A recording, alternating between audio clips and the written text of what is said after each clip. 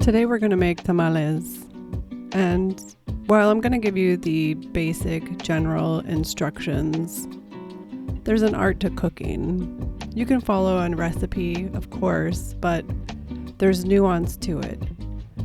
You put your heart and soul into it. A dash of this, a sprinkle of that. Taste it, add a little something, add some salt, a little fat, a little sweet. Something that works for your particular palate. And not everybody's palate is going to be the same, so you're going to have to adapt it to your particular taste. This is just some of the stuff that I use for this particular recipe and some of the steps that I use to get to the final product. One of the first things I do is soak the corn husks in a large pot with pretty hot water.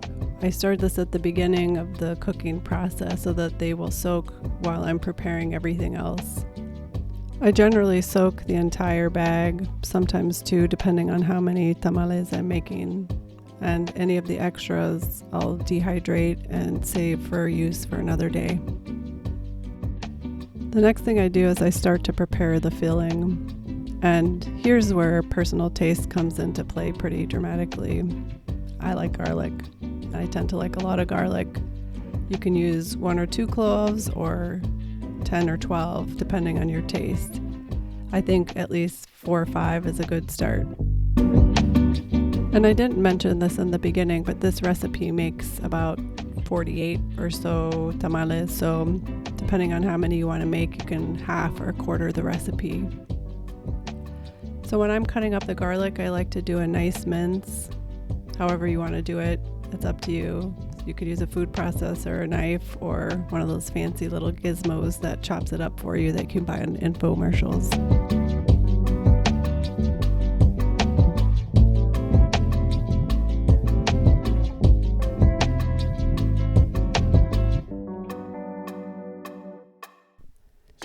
In a large nonstick pan, you'll want to add a couple tablespoons of a neutral oil. In this case, I use grapeseed oil. It's what I have on hand, and I tend to like it. At a medium to low heat, you'll add the garlic, and you'll want to cook it until it just slightly simmers. You don't want to heat it up too hot or too fast because you want to avoid it getting brown, because that will make it become bitter.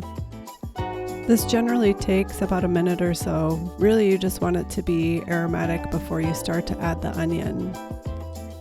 I usually add about a whole chopped onion to the mix and then turn the heat up a little bit because the temperature will lower when you add a new ingredient. Give the mixture a good stir until everything is coated with the oil. And you'll want to let this cook down for a few minutes until the onions become a little bit clarified.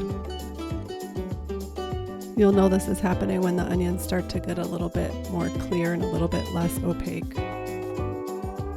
This will probably take a couple of minutes. Usually when I make this recipe, I like to use whole corn on the cob and cut the kernels off and then put it in the recipe, but I didn't have it on hand, so I just used a bag of sweet corn. At this point, I like to add a little dash of salt. Don't get too crazy because we're going to continue to add seasoning throughout the whole entire process. And I generally like to season as I go along to add flavor throughout the whole entire cooking process. It leads to better result at the end. I like to add mushrooms to this recipe. It helps balance out the meat and give it an umami flavor. And as some chefs say, a nice mouthfeel, which I always think that sounds kind of gross, but mushrooms are nice. I just sort of roughly chop them, which you could do by hand, or you can put in the food processor and blitz them into little pieces. Either way, you're going to cook them until they become soft, so it doesn't matter how you get there. To a separate nonstick pan on medium heat, you'll want to add the ground beef. In this instance, I'm using 2 pounds of the Bouillon beef, but you cook your recipe how you want to cook and add whatever you want to add. I'm not judging. While editing this video, I realized I didn't show the clip of adding the mushroom. So once you get the ground beef into nice brown crumbles, add the mushroom and cook the mixture down. You'll want to add a little bit of salt and pepper to that mixture as well. To a large mixing bowl, I add 8 cups of masa harina. I personally like the Maseca brand. So this is cooking, not baking. You don't have to be perfectly exact. You can eyeball it. This is why when your abuelita makes meals with a dash of this and a dash of that, and you try to make it, it never turns out, because it's not an exact science. You kind of go off of taste, texture, and feel. So here I'm putting about 8 cups of the Maseca. Maybe a little bit more sometimes, maybe a little bit less, but it's about 8 cups. To this mixture, I'm going to add a tablespoon of baking powder and about 1 3/4 tablespoon of salt. If you like it salty, add more. If you want to try to avoid high blood pressure when you get older, add a little bit less. Once all the dry ingredients are added, you'll want to mix it so that everything is incorporated. And as a friendly reminder, while you're doing all these steps, don't forget to go over to the stove occasionally and mix the beef and mushroom mixture as well as the corn onion mixture. We don't want things to burn.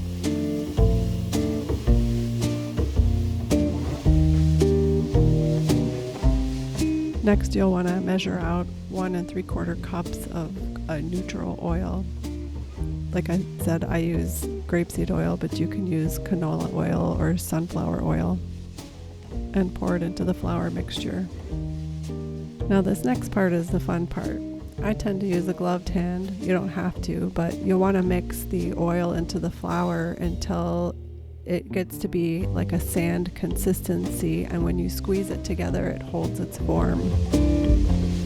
I like to cook the corn until it's a little bit roasted and starts to brown. This brings out the very sweet flavor of the corn. In a separate bowl, with 8 cups of water, start to add a couple tablespoons of your vegetable broth seasoning. You'll slowly want to ladle in about 6 cups of the water to start and then mix. You'll definitely use more as you go along, as the Maseca tends to absorb water, but I generally start with about 6 cups. So you'll notice we're pretty well mixed together, but it's still a little dry. So keep adding water, and your ultimate goal is to get a mixture that looks like hummus, where it's really smooth and will spread easily between your fingers.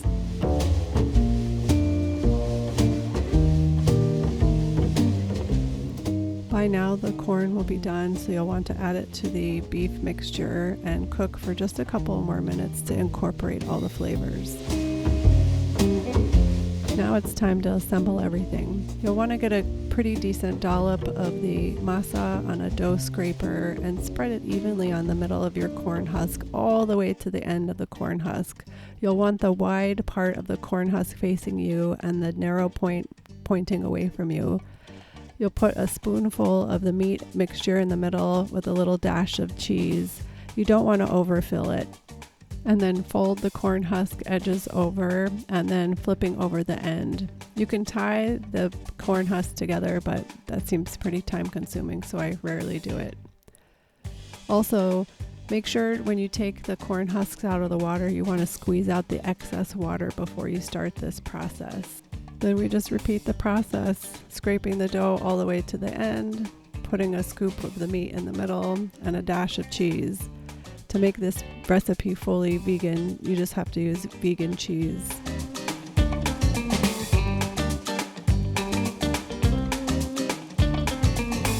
Notice how when I fold the 2 pieces together, I bring the 2 edges of the masa together and then roll the corn husk over and then fold the end.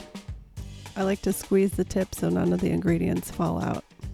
At some point you're going to run out of full-size corn husks, so when you have 2 smaller pieces, you just overlap them in the middle and then repeat the process of scraping the dough over the middle. The dough will kind of hold the pieces together. While you're doing this, you better have some good music, a podcast, or an audiobook going on, because you're going to have to repeat this process about 48 times depending on how large of a recipe you're making. At the end, I tend to cook these in batches of 12 to 24 in an instant pot. You don't want to overfill your instant pot, and then you cook it on pressure cook for about 20 minutes. I put the steamer basket in with about a cup or two of water so that the water just touches the edge of the wire basket. If you don't put enough, you'll get a burn notice. Also, let the Instant Pot cool naturally, don't vent it. And that's all you have to do. Enjoy your tamales.